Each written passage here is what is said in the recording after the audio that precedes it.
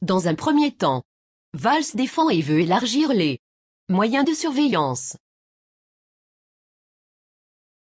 Mesdames, Messieurs les députés, il est exceptionnel qu'un Premier ministre présente un texte devant la représentation nationale. Et je le fais pour insister sur son importance.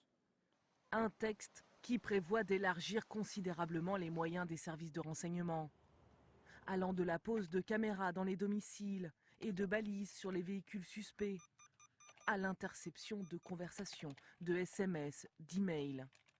Grâce à des logiciels espions, les policiers pourront même voir en temps réel ce que le terroriste présumé tape sur son clavier.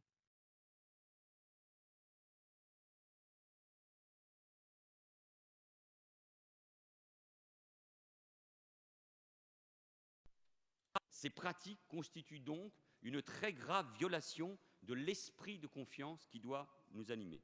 Les États-Unis doivent reconnaître non seulement le danger que de tels agissements font peser pour nos libertés, mais aussi tout faire et vite pour réparer les dégâts que cela occasionne dans les relations entre pays alliés et entre les États-Unis d'Amérique et la France.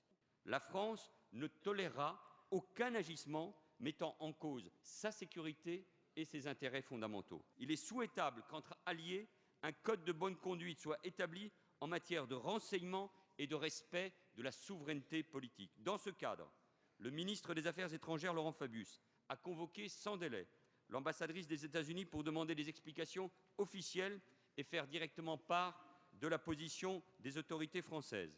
Le président de la République, cela a déjà été dit, s'entretiendra dans les prochaines heures avec le président Barack Obama afin de s'assurer que les États-Unis réitèrent des engagements clairs et précis. Contrairement à certaines spéculations médiatiques, la France ne pratique pas la surveillance et le ciblage des communications des dirigeants politiques de ses partenaires européens ou de ses alliés.